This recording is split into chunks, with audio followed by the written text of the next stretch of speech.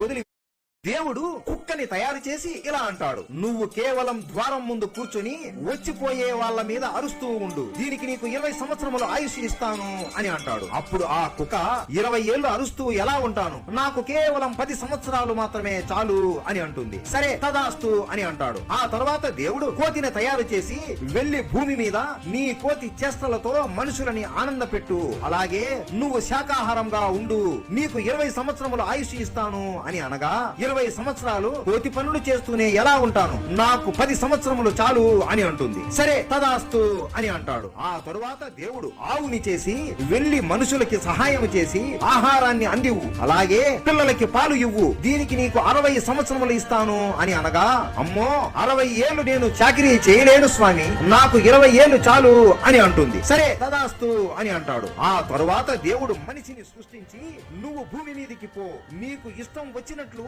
ఆనందంగా బ్రతుకు, తిను తాగు, శృంగారం చెయ్యి, ఏ పని అయినా నీకు ఇష్టం వచ్చినట్లు చేసుకో, దీనికి నీకు 20 సంవత్సరములు ఆయుష్ ఇస్తాను అని అనగా, 20 ఏళ్లేనా, ఇది చాలా తక్కువ స్వామి, నాకు ఆవు వద్దనుకున్న 60 ఏళ్లు, కోతి వద్దనుకున్న 10 ఏళ్లు, కుక్క వద్దనుకున్న 10 ఏళ్లు ఉన్నాయి కదా, అవి కూడా నాకే ఇవ్వండి అని అనగా, దేవుడు నవ్వుకొని, సరే నీ ఇష్టం, కానీ మీరు మొదటి 20 సంవత్సరములు ఆడుకుంటూ సరదాగా గడుపుతారు, తరువాత 40 సంవత్సరములు ఆవులాగా కొట్టి చాకిరీ చేసి కుటుంబం కోసం కష్టపడతారు, ఆ తరువాత 10 ఏళ్లు ముసలవాడిలాగా అయి కోతిలాగా మనవళ్ళు మనవరాళ్ళని ఆడిపిస్తారు, మిగిలిన 10 ఏళ్లు ఒక కుక్కలాగా వచ్చిపోయే వాళ్ళ మీద అరుస్తూ గుణుగుతూ ఉంటారు అని తదాస్తు అని మనిషిని పుట్టిస్తాడు. అలా మన జీవితం మొదలయ్యింది. వీడియో నచ్చినట్లయితే హర హర మహదేవా అని కామెంట్ చేయండి.